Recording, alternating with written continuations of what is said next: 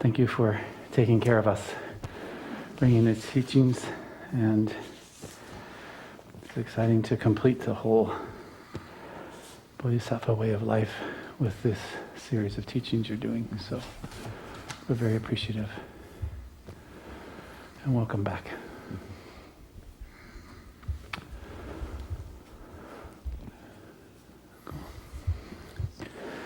No Ramadan Jambo Jatsun Jambo Yanla Chazalo Gange Ledru Nide Tendra Nita Namda Razawe Jene Kon Jinten Jichi Namki Tuka Legwaze Ganda Sepe Sanramar Mondo Guna Gezewe Trochu Kun Labo Chintarse Yan La Trochi Yan Drenzu Druta Chedro Nyomo Lano Leki Chadra Josechik Mare no Sadu Nanugyu Jenye Chizeradrinam Done Dachin Sache Tasun Yonten Luzo Jase Trovaku Chutra Chudan Chunigentre Nalo Monsa Jambo Yalanu Omarapasani Di Omarapasani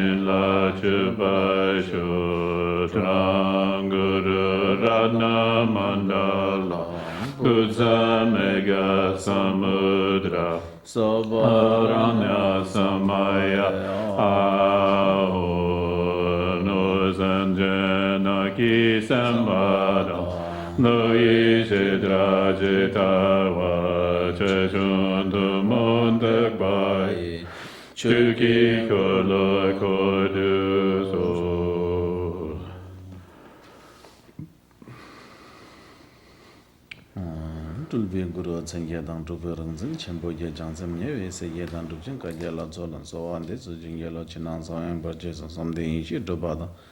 Show down to Mongo and Majejo Yebin, Bimala and Sibas, and so the Jin Botem Belan the Java. Bemanur Shavla so and Namore Dambala, Kedan Ludan Nijin to Pumladam, Makanam, the Doa, Kunjidanam Jizamber. Tamje ke do so soro thögyur jinx. Okay. Good evening, everyone, and welcome back after a long time. And welcome back for continue this serious teaching. Even though we have started this long time ago, but not yet complete. So we're about to complete now. So welcome back for that. Okay, so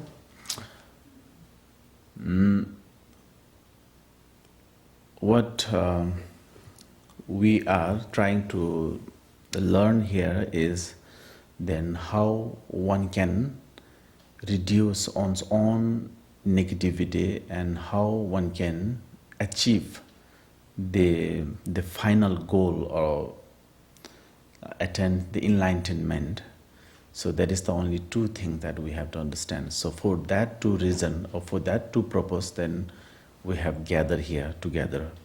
And that is the whole purpose of teachings. That is the whole purpose of practice, right? Only the two things. How one can reduce one's own negativity or obscurations or afflicting emotions or discursive thoughts, whatever we name on it.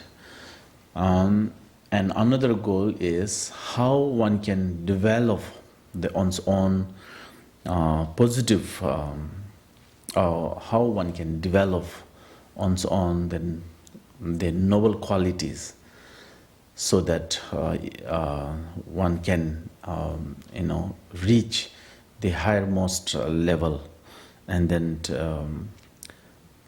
get into the innermost level of mind, or understand the innermost level of mind, or get the enlightenment. So that is the only two purpose we have. So now that two purpose not only for Buddhist or not only for the religious practitioner, but then regardless of who we are, whether we are rich, whether we are poor, whether we are high ones, or whether we are low ones, whether we are human beings or entire sentient beings, no matter who we are, regardless of who we are, everybody wants happiness. That is one goal. And we don't want suffering, and that is another goal. So wanting happiness and not wanting suffering, this too is equal for all the sentient beings. So this kind of the goal or this kind of the wish is equal for everybody. So, but even though we have the same goal, due to our mental, state, or how do I put it, due to our afflicting emotions or ignorance, we're not really being able to tackle with it. We're not really being able to understand how one can abandon the cause of suffering and how one can adopt the cause of happiness. So that because of that ignorance, we're not really being able to understand those parts. And because of that, then even though we want happiness, and then day by day we're engaging into the negative part, or we're engaging into the afflicting emotions. And because of that, again, we create the evil karma. And because of that karma, and again we reborn in this world and wander in this world and then suffer. So now, even though there are so many sentient beings in this world, only human being has that mental capacity, or abilities to understand what is good and what is bad, make a distinguish what is positive and what is negative, what is the cause of suffering and what is the cause of happiness. Only human being can decide, or only human being can distinguish, and only human being can, how to say, can I say tackle, or only human being can abandon and adopt. So that is why for human being, in Buddhist perspective, it says the precious human life. The reason why it is said the precious human life is because we have that the sense of understanding. We have that the ability to understand good and bad. Since we are also a human being, we have that sense of understanding. It is said that we must use our mentality, we must use our ability, we must use our sense of understanding in a right way, in a right time. So now how one can do that? That is the main question, how one can do that.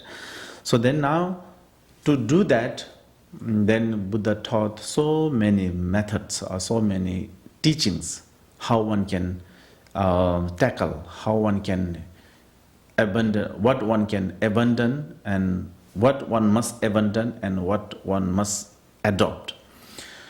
So right from the beginnings, when Shakyamuni Buddha attained the enlightenment and he understand to be free from the suffering of samsara, what one should do. He understand that, and then he want to teach to all the sentient beings that how they can also attain the enlightenment. Because Buddha, he got the enlightenment, but then he also understand that he cannot really do something to other sentient beings. He cannot really, create the different world to other sentient beings. If you want to be free from the suffering of samsara, only you can do that. Only you can get out from that suffering of samsara. Nobody can help you to get out of that samsara. So the very first, the words that he said in sutra, it says that Tumnam dikwa chui midushin doi dunga chagi miset la niki tokwa shen la permente chungi dembate me tolwar gyururus.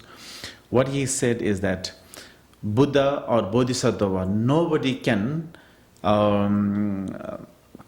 wash sentient beings the sin by water, and then nobody can or Buddha or Bodhisattva and anybody, nobody can wipe the sentient beings suffering by their hand. And also nobody can, or Buddha himself cannot transplant his noble quality into the sentient being's heart. Then the question arises, how Buddha can help the sentient beings? Then he said that by showing the truth. By showing the truth, then they can help. By showing the truth, yes. By showing the nature of phenomena. By showing the truth of nature of phenomena, then Buddha and Bodhisattva can help the sentient beings. Otherwise, there is no other way to help sentient beings. Buddha cannot really create any other method to help the sentient beings. Buddha cannot really pick the sentient beings and send to this heaven or enlightenment. Buddha cannot wash their sin by water, and Buddha cannot really wipe their sufferings by their hand. So now, if sentient beings have to do themselves in order to get the enlightenment, then how one can do that now? Then now Buddha trying to show the truth, trying to show the method that how they can abandon and what they should abandon and what they should adopt and what they should do. So the first teaching that Buddha taught is according to the sentient being's temperament and then mental state and then capacity, Buddha has to teach a different level of teachings, even though that the technique or even though the purpose of teaching is the only one thing, something that the cause of suffering should abandon, and then cause of happiness should adopt. And then very purpose, like essence of the whole teaching is to recognize one's own nature of mind. But it's not easy to explain everybody in these short methods. So then, according to the sentient beings or audience, the mental state, mental dispositions, or the temperament, then he has to teach different levels of teachings. The very first teaching that he taught is the Four Noble Truth.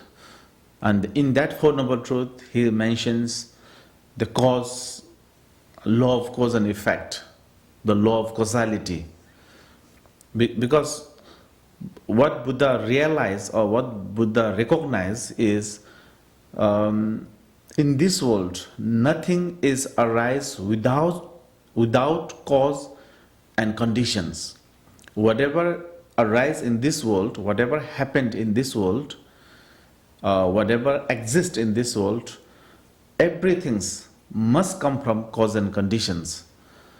So now, if there is a suffering, then suffering must have cause and conditions. If there is a happiness, happiness also must have cause and conditions.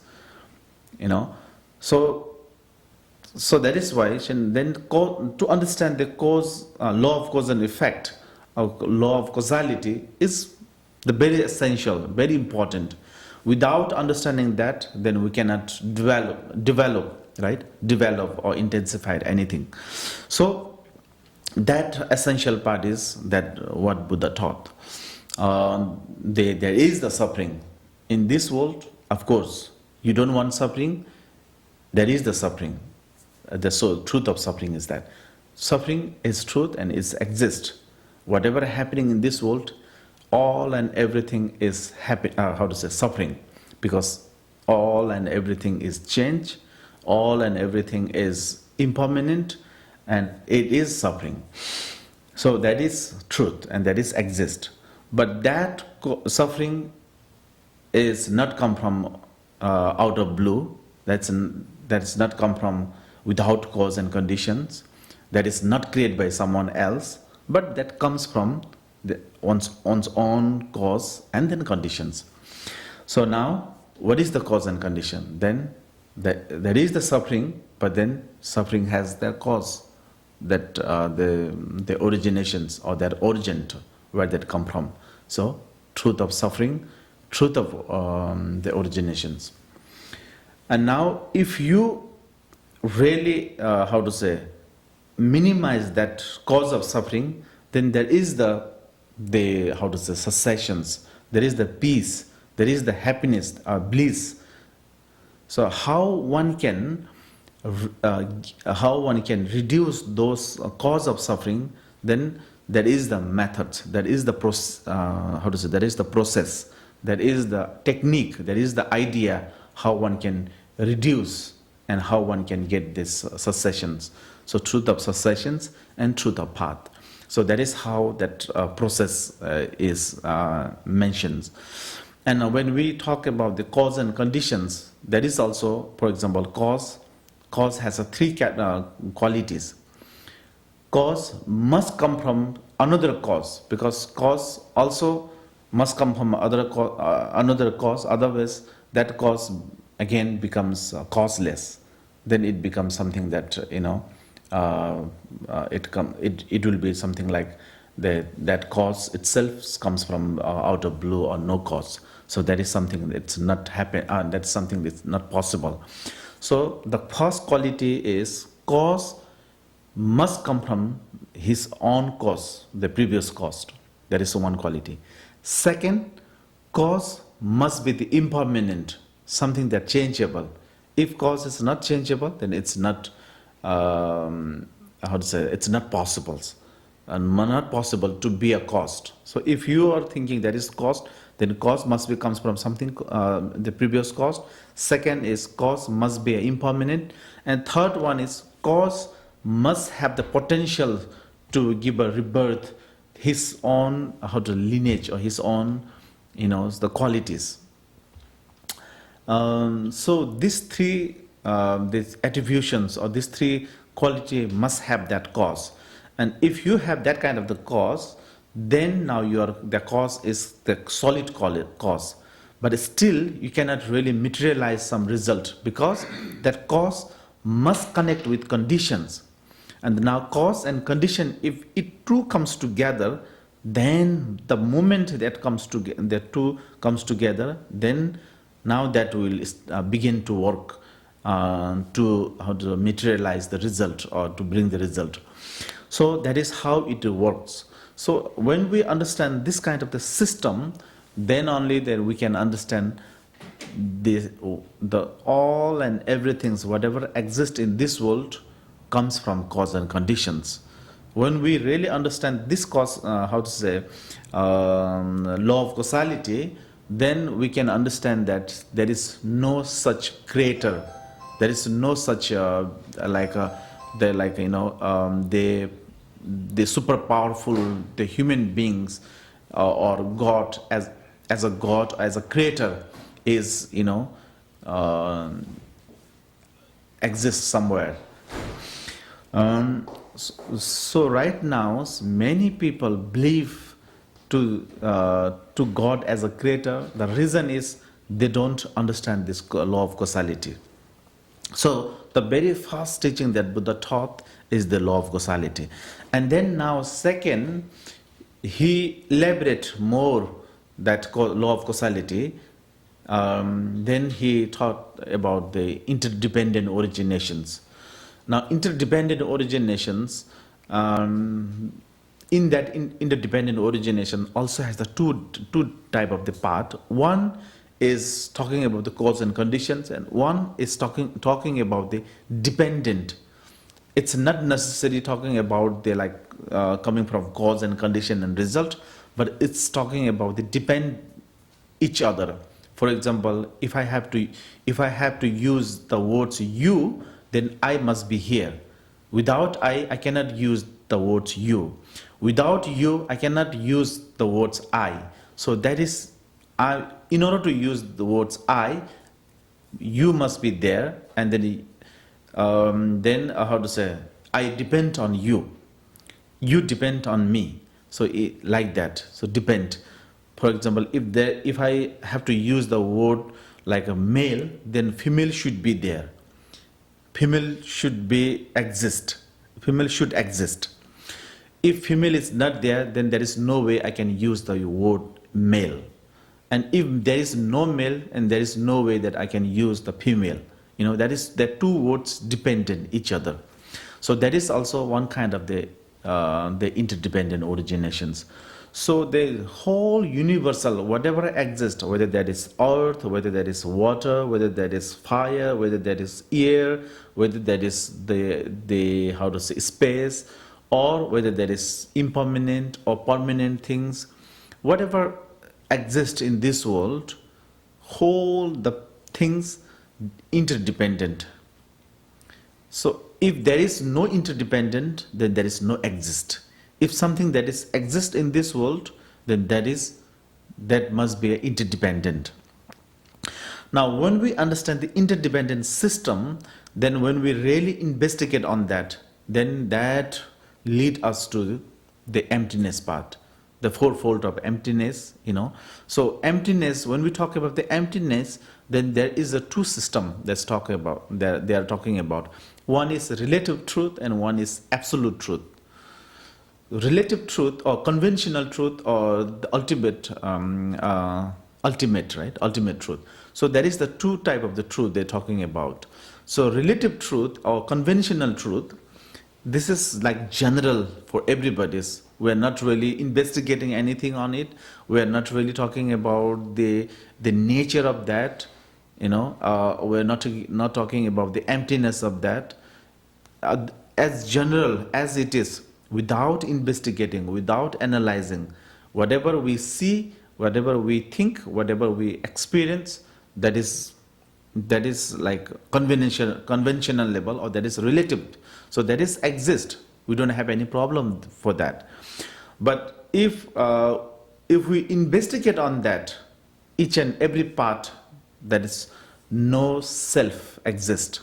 Everything is selflessness.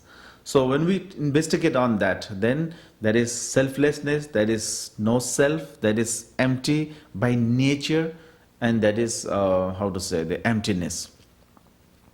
So now that is what we call the ultimate truth. So this two truth system is in this emptiness part. They have mentions, and now inner level. Then we talk about this. We talk about the Tathagat Garbha, or Buddha natures, or nature of our mind. When we talk about when we say Buddha nature, it's not something that's a different type of the nature we're talking about, or this is something that we're not really talking about the Shakyamuni Buddha's nature. When we say Buddha nature, we're talking about one's own mind, nature of one's own mind, nature of each and every individual's mind. So that they name as a Buddha nature, but then the reality is your own mind.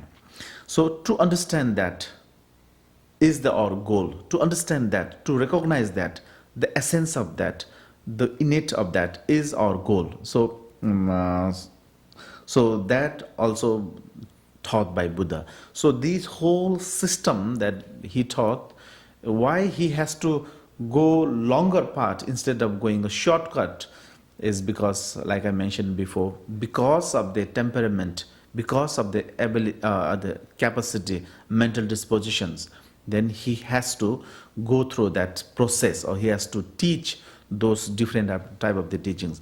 But then the very purpose of his teaching is to give a pit instructions to understand one's own nature of mind.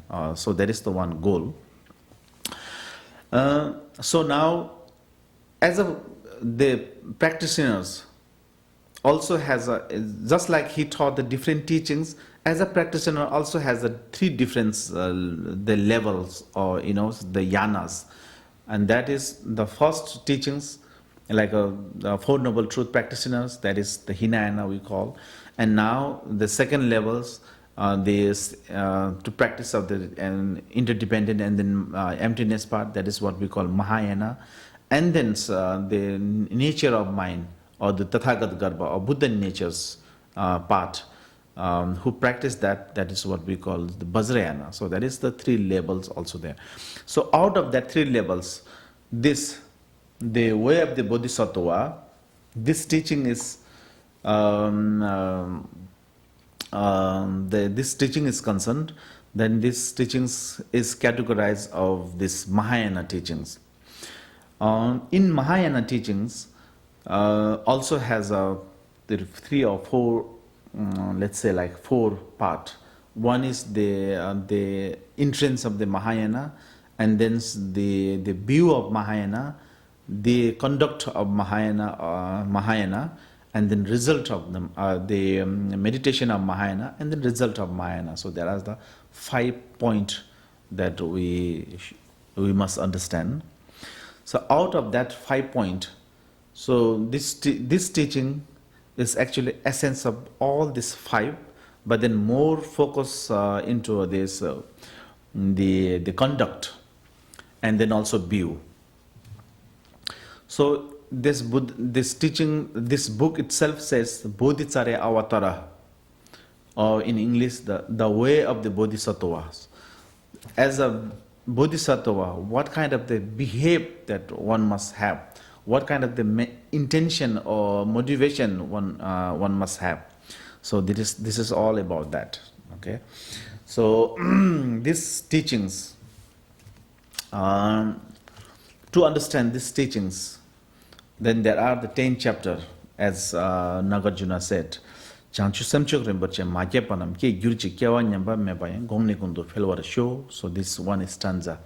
This one stanza mention all this the way of the Bodhisattvas, these 10 chapters.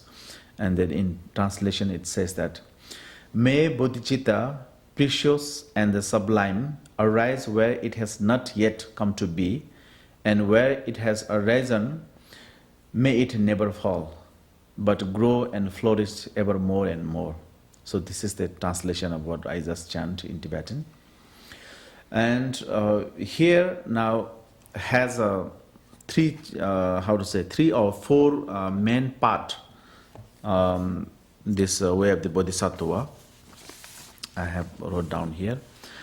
So that four part is, the first one is the generations of the bodhicitta where it has not previously existed.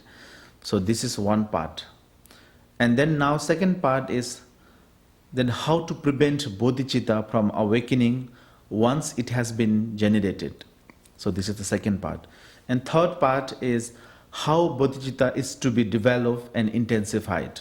This is the third part. And the fourth part is dedication of the resulting merit for the benefit of others. So these are the four main part where include all the way of the Bodhisattva teachings. So now the first part, the generation of the bodhicitta where it has not previously existed. Now within this chapter, within this part also has a three chapter or three different topic or three chapter.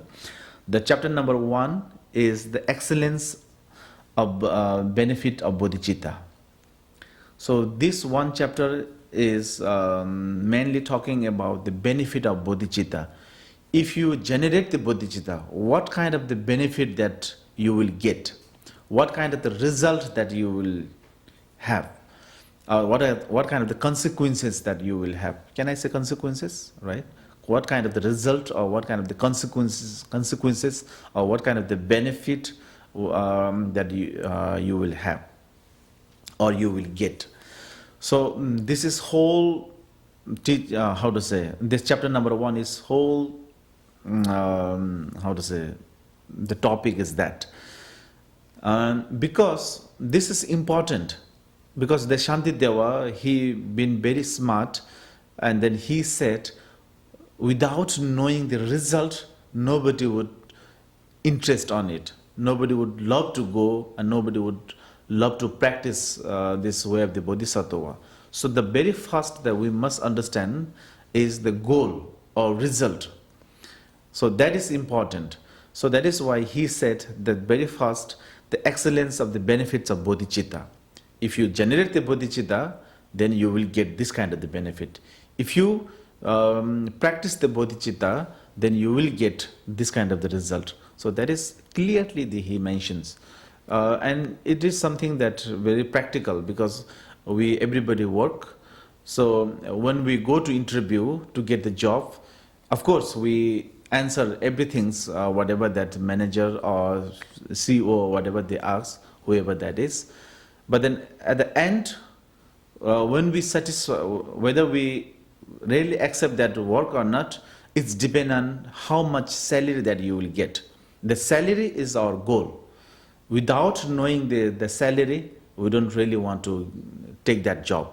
So the salary is our goal, and when we know that this is my salary, and this is the day that I will get the salary, and this much the things that I have to do, so then our goal is salary, and to get that salary, then we, from Monday to Friday, we continue work, 8 hours or 9 hours, maybe sometimes 10 or 12 hours.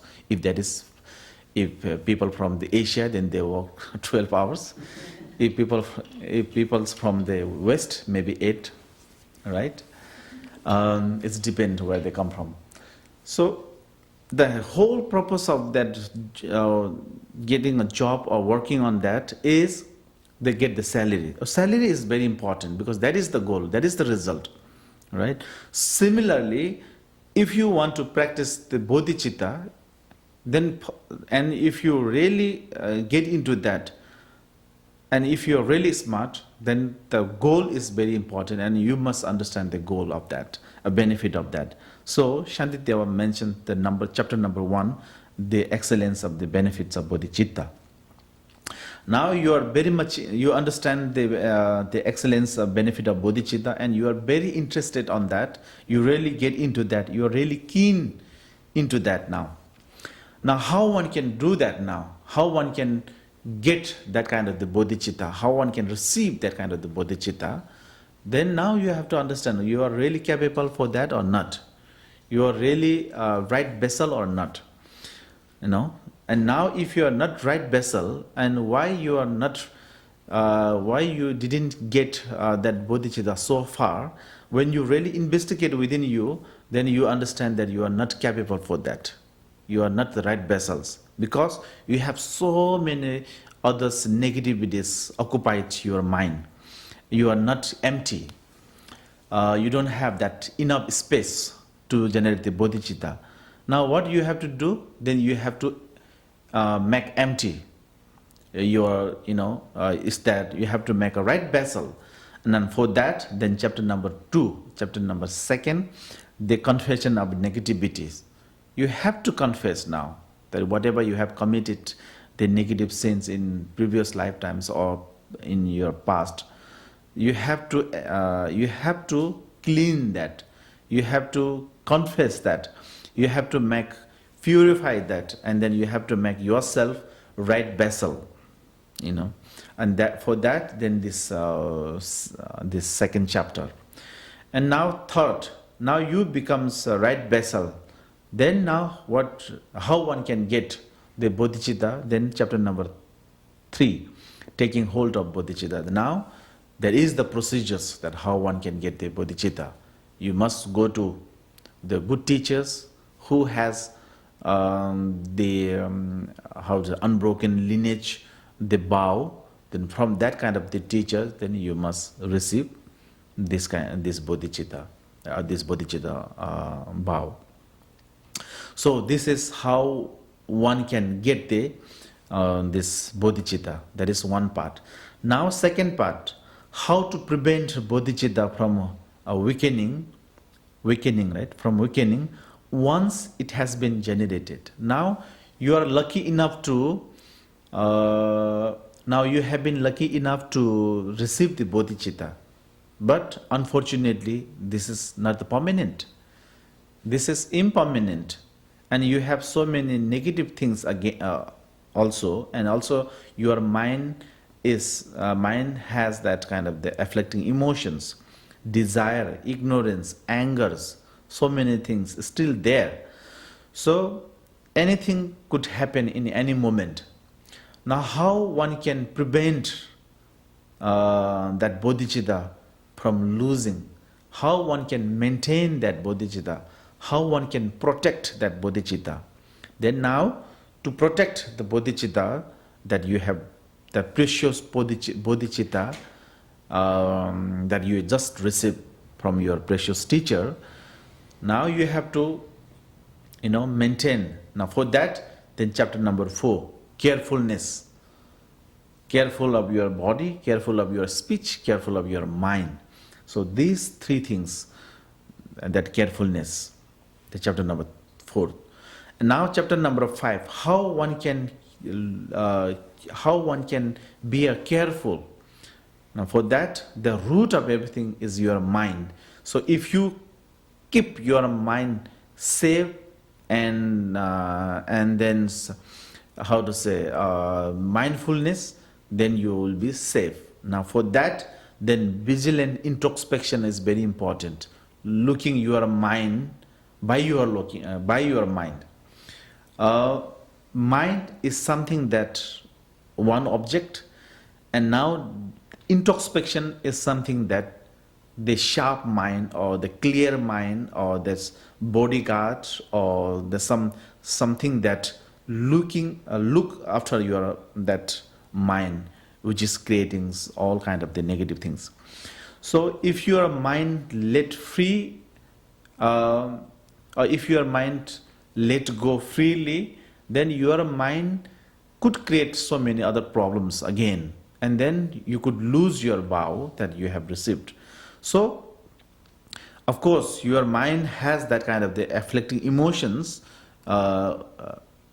but if you really be careful, and if you take care of your mind, if your mind try to escape from there, then if you have that vigilant introspections, then that can look after your mind, and that can bring back your mind and then keep the safe place where it has to be. So for that, then chapter number 5, vigilant introspections. Now, there are the 5 afflicting emotions like desire, anger, ignorance, jealousy, pride, greedy, all of that.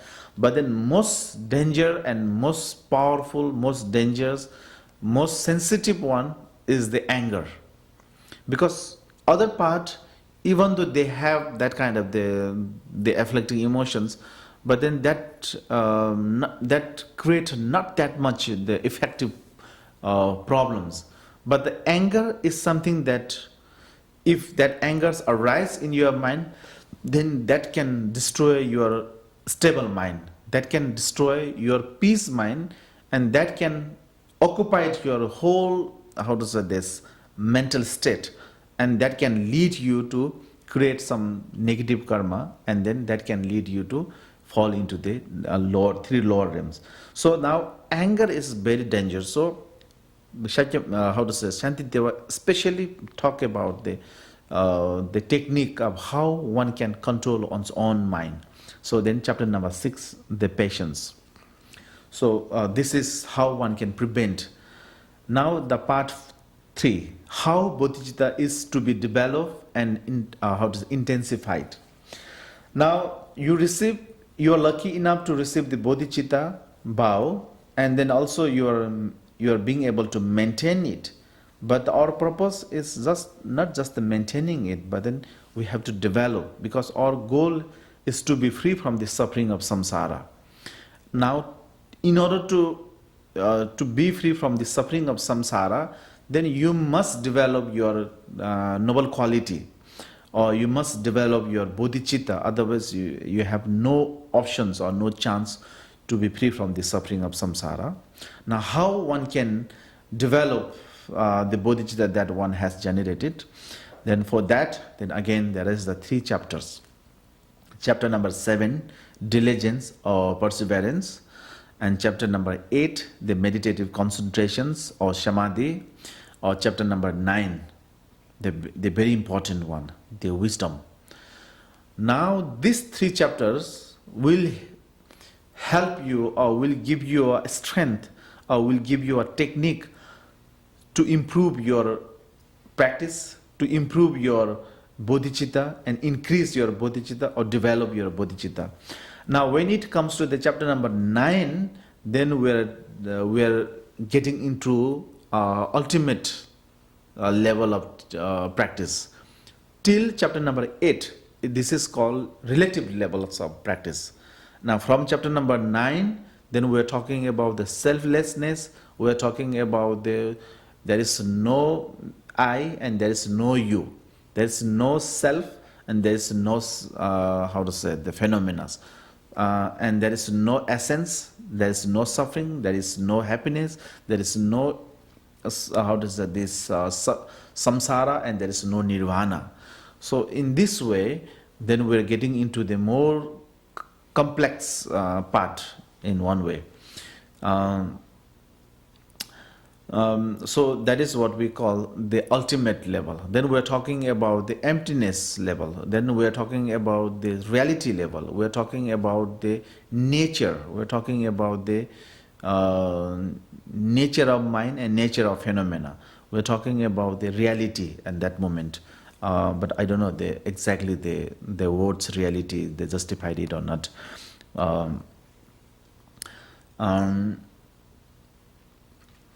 So now, after done all this chapter till chapter number 9, and then we complete the practice of way of the Bodhisattva.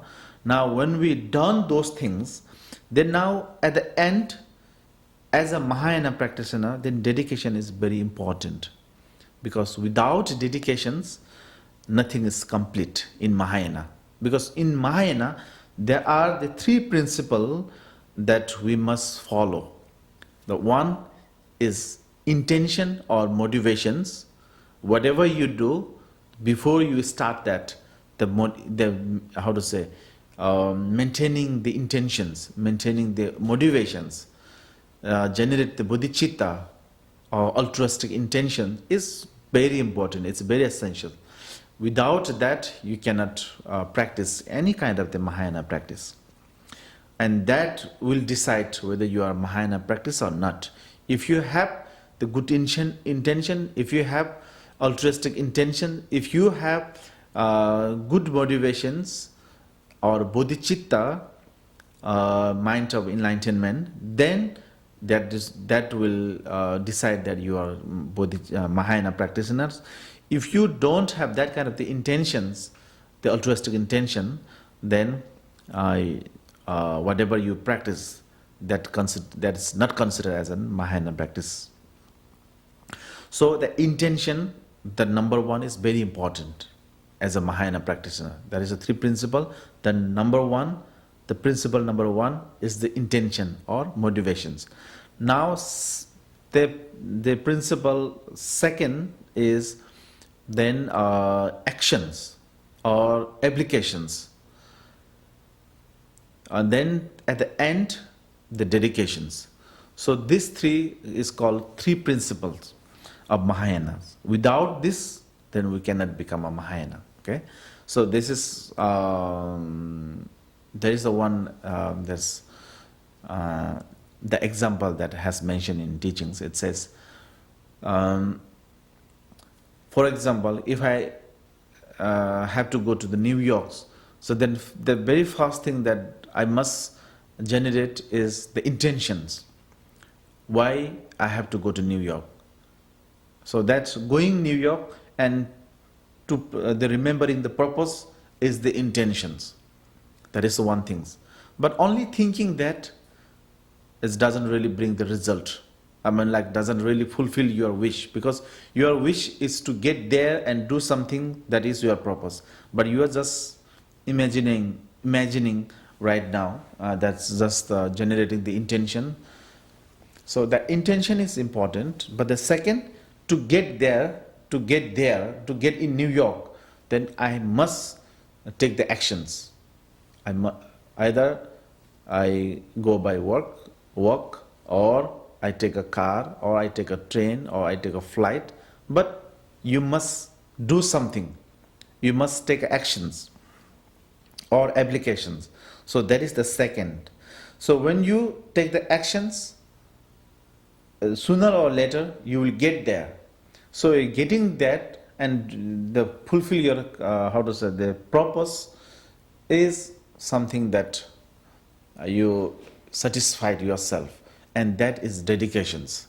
So once you get there, you satisfied, you complete your things, you satisfied, you fulfill your the purpose, and that is what we call dedication. So here, intention, action, and dedication. So these three principle is very important. So the same way, even here also, so we start from generating bodhicitta, and then preventing bodhicitta, and then developing bodhicitta, and we have done all and everything. Now here, the dedication part, the part 4, the dedication of the resulting merit for the benefit of others. So today is that.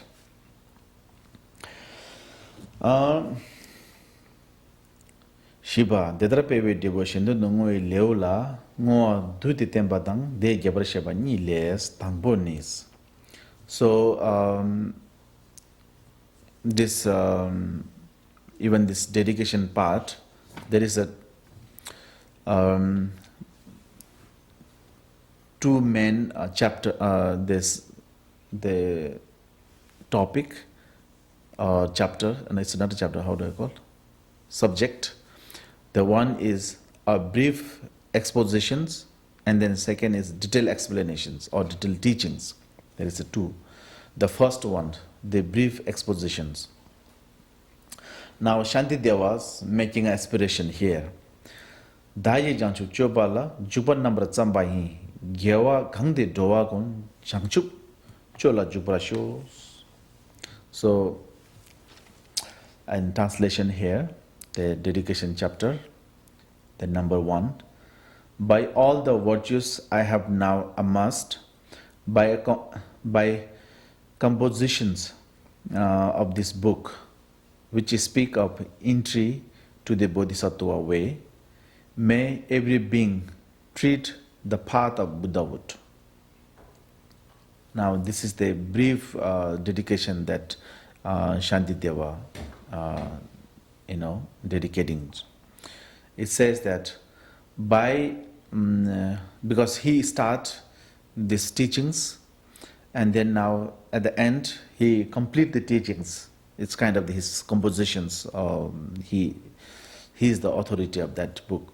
So now he's making by teachings this book, or by how to compose this book,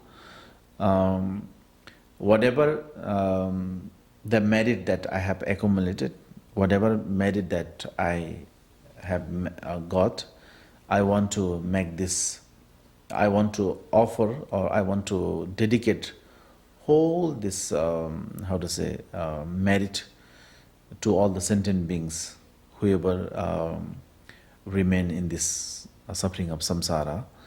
I want to make that aspiration that all the sentient beings must enter in this way of the bodhisattvas, and then practice it, and then get the enlightenment at the end. So that is what he want to make aspirations. So here, or make a dedications. So here what we have to understand is aspiration and dedications. This two thing is different.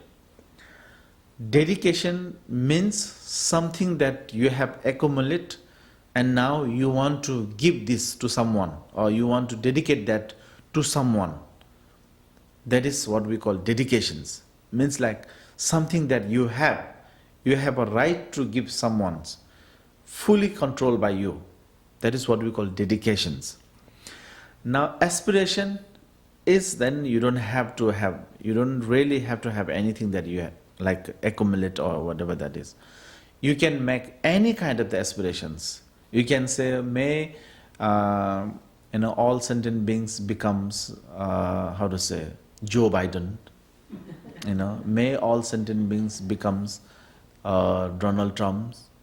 May all sentient beings become Jetsun Ma Khun Lamore. So you can make any kind of the aspirations. That is your aspiration, that is your wish. Actually you are making a wish. To make a wish, then you really don't have to have anything. Now it's depend how much the wider you can think, how much bigger you can think. That is the only different. That makes it different. So aspirations is, then you can make any kind of the aspirations. But as a Buddhist is concerned, then we make all sentient beings become a Buddha.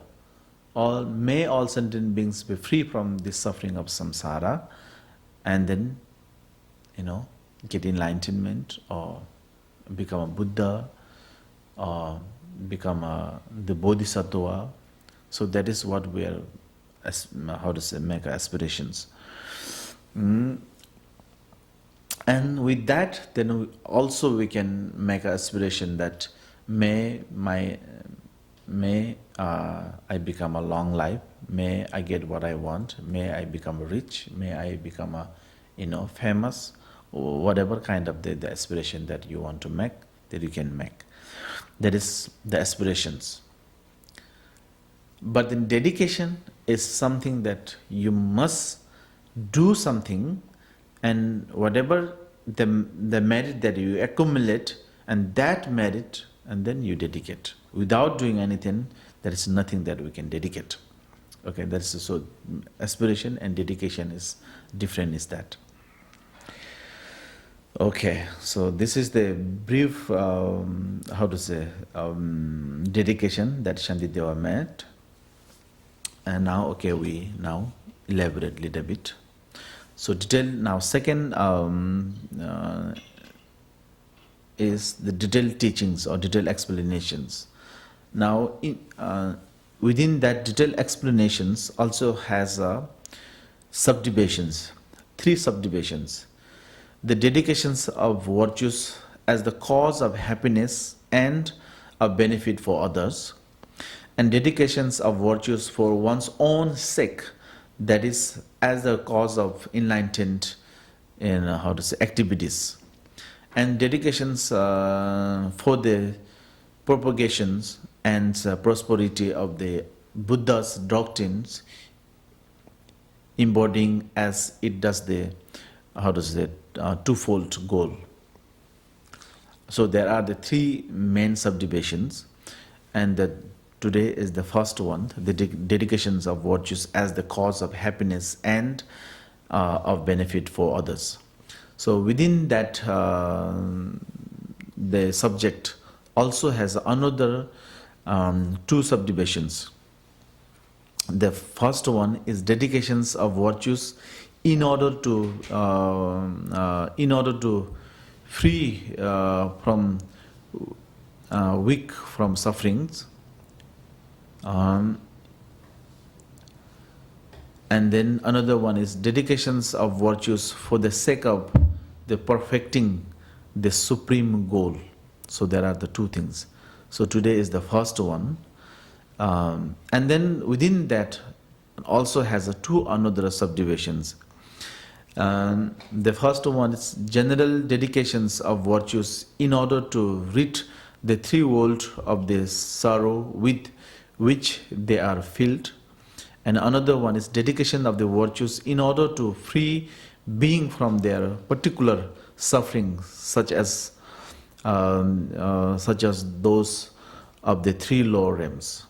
So these are the two subdivisions. So today is the first one, general dedications of the virtues in order to rid the three worlds of the sorrow which with which they are filled. So this is the subject that we are talking today. Chognam kunla ludang sem dungal nepa jingepa dedagdagi sonam kis dega jamsu thobra shows. May being everywhere who suffer torment in their mind and bodies have, by virtues of my merit, joy and happiness in boundless measures. Now, Shantideva was saying that by my merit, all the 10 directions, the sentient beings, whoever remain in this, whoever sentient beings exist in this suffering of samsara, in the 10 directions, their body and their mind, body which has so many the sickness and disease and all of that, and then mind has so many the sufferings or emotional sufferings or tensions or anxiety and all of that. Whatever that they have, may by my merit, this very merit, may all sentient beings in body, they get the full happiness and bliss, and in their mind, may their mind also get the full the joy and bliss. As the ocean, it's kind of the bigger size as of oceans. It's not the small size, but the big size as oceans and as a space, kind of infinite size. It says that the oceans we cannot really measure, as we cannot really measure as a space. It's infinite. The ocean also infinite. So same way. So Shantideva want to make an aspiration that by his merit, then all sentient beings, body and mind, both get the happiness and joy, infinite happiness and joy.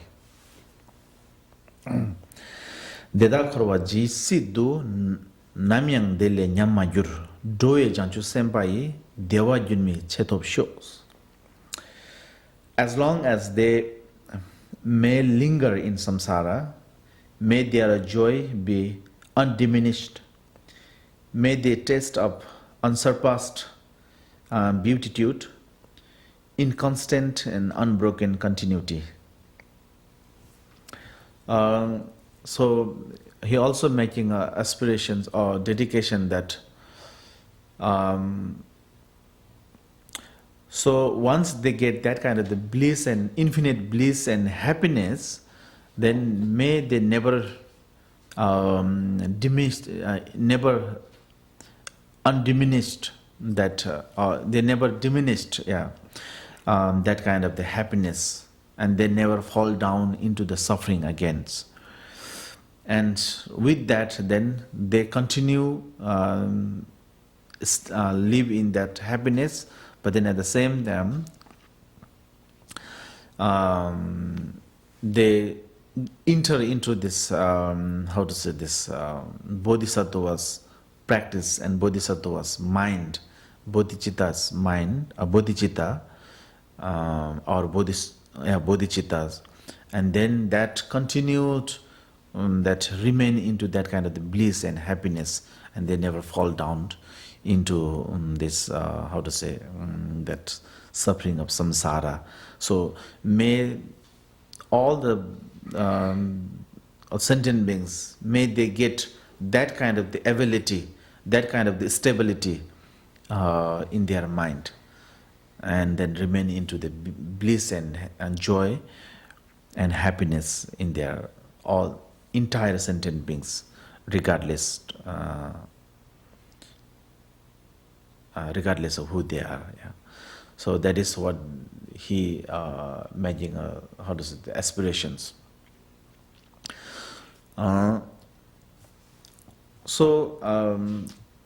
Basically what we have to understand here in the dedication part is this dedication is very important, very important. Whatever kind of that chanting that we chant, we always make dedications, we always make aspirations. Dedication and aspiration is always comes together, because dedication is that something that you have accumulated, and because of now that dedications, then you can make any kind of the aspiration, you can ask anything that you want.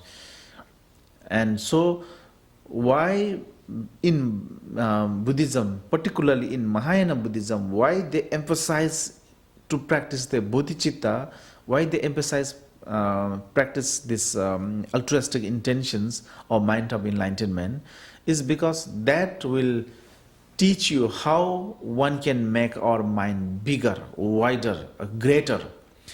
Now that if you have that kind of the intentions, if you have that kind of the altruistic intention, if you have that kind of the wider mind, then automatically your mind becomes peace, your mind becomes opened, and then you become a more flexible. At the same time, you can work for all the sentient beings. You can at least think for all the sentient beings. Now, why we need to think of the sentient beings? And that is, the reason is, we have taken so many millions of lifetimes in this world, because this is not the only one life that we took. We have taken so many millions of lifetime, eons and eons, that we've been wandering in the suffering of samsara. And while we're wandering in the suffering of samsara, we have to have the physical body. Without this physical body, we cannot really do anything. So now how one can get this physical body is only possible is through mother womb. Only through mother womb we can get that. So we have taken so many millions of lifetimes through our mothers. And that is not only one mother that we've been taking the different lifetimes, but there are all the sentient beings been, as a routine. Can I say routine? Routine, and they've been our parents so many times in our lifetimes. But we don't remember that because we don't have that kind of the capacity to think of our past. We don't have that kind of the stable mind to think our past. We can't even remember our, before few years. That is very like clear that we can understand. I don't remember when I was 9 years or 10 years or 20 years. Sometimes I forget what I have done yesterday, or something that very important things. Sometimes we don't want to lose it and we hide somewhere else, and then after few days we forget where we kept that things, and then we trouble for that. So this is very obvious. This is very how to say it, like the practical things that we can understand in our day-to-day life, that our mind is not stable. We don't have that kind of the mindfulness, how to say, ability yet. So we don't remember our past, obviously. But we have taken so many millions of lifetime in our past, and that we have taken someone's mother's womb, and that could be our, any sentient beings could be that. So entire sentient beings, once in our life, they have become our parents, they have become our mothers, they have become our brothers, they have become our sisters, our fathers, so like that. So now, today, when you can understand those things, because we have that sense of understanding, we have capacity to understand the gratitude or grateful of our parents, kindness of our parents. So now, when you have the ability of understanding the kindness of your parents, then why you just being biased? Can I say biased? Biased or partials, that you are only thinking about this present parents. That you have so many parents because you have taken so many millions of lifetime, and that rebirth, the life that you have got is your parents, and everybody's still there. So instead of being biased or partial for the present mothers, of course present mother is the example, but then with that, then we can relate entire sentient beings as the equal, as the same, because they're all your parents, they're all your mothers, they have become your mothers, and they have they have been so kind to you when they have your mothers, when they have been your mothers. So relating that, then make a equal. So equanimity, think all and sentient beings equal, because they're all parents. So now you have that ability to understand. You have ability to understand their kindness. Now this is your right time to repay all the sentient beings, repay your mothers, repay your fathers, repay your parents. So you must serve them, you must help them, you must do something to benefit through them.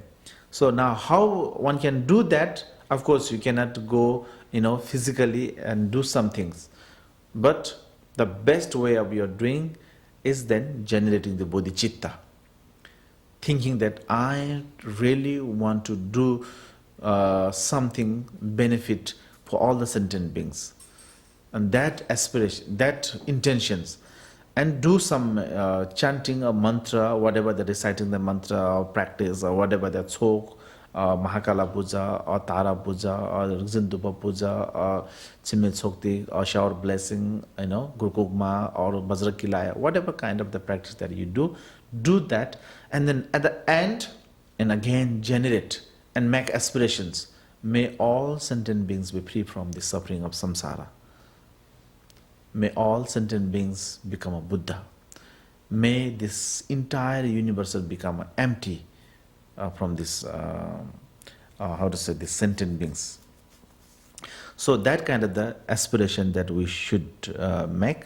So as a Mahayana practitioner, so these are the very important practice. If you could do that, only then you are really your, how to say this, good quality or noble quality or bodhichitta will, day by day, it will increase, and then eventually, at the end, you will reach the Buddhahood. You will really get this opportunity to recognize your own nature of mind, and then you realize, and then you recognize, and you become a Buddha. So, of course, our goal is to become a Buddha, but the intention, the purpose of becoming Buddha is to help all the sentient beings. So if you have that kind of the altruistic intentions, so that becomes really effectful, that becomes really great benefits. If you have the self-centered kind of practice, of course the practicing is good, that can help, that will help you, but then that cannot become a great effectful, great benefits, because that the intentions or the purpose is very much into self-centered. So that is why in Mahayana practitioners, altruistic intentions, philanthropic, those kind of the practice is very important, especially helping for others, thinking for others, try to do something benefit for others is very essential. And this is all we've been talking, and this is the even this dedication part also, we've been thinking all the sentient beings, and we're wishing for all the sentient beings. So this the dedication part is very important, and I would say this is the very unique unique practice of Buddhism. I don't see any other people doing this, thinking about all the sentient beings, generating for all the sentient beings, dedication. Of course, they make aspirations, they make prayers, but then most of them always say, my parents, my relatives, and me, my job, my house, my parents. If they think bigger, then they may say my country, but other than that, nobody say all sentient beings. But in Mahayana, in Buddhism, particularly in Mahayana, this is something, the technique that we have. So we must use this. We must understand and then practice it. I think that is all I can say for now. Now it's up to you how much you can think about it and how much you can dedicate. Thank you for today.